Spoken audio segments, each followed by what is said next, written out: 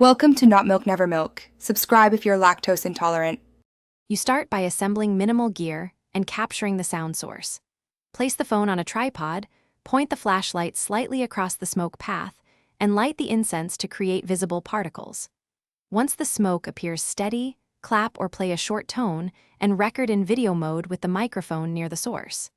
Make sure to keep ambient noise low and frame the smoke against a dark background so motion shows clearly. This quick setup gets you from zero to recording fast. Now you turn sound into motion you can see. You'll use sharp, repeatable impulses, claps, or a 1K HC tone, and aim the light almost parallel to the smoke so pressure waves create ripples.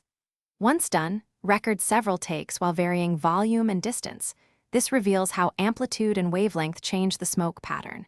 Make sure to keep the microphone steady and label each take. When you review footage slowly, the ripples reveal the acoustic wavefronts, explaining how sound shapes air movement visually. Finish by inspecting and refining your captures. Play the video at 1/4 to 1/2 speed and watch the smoke for consistent ripples. You'll see peaks and troughs as bright and dark bands. If ripples are faint, make impulses sharper or change the light angle to increase contrast. If recordings show ambient disturbances, move to a quieter room or use a directional microphone. When things work, you'll understand why sudden pressure changes, strong lighting, and visible particles are key to seeing sound.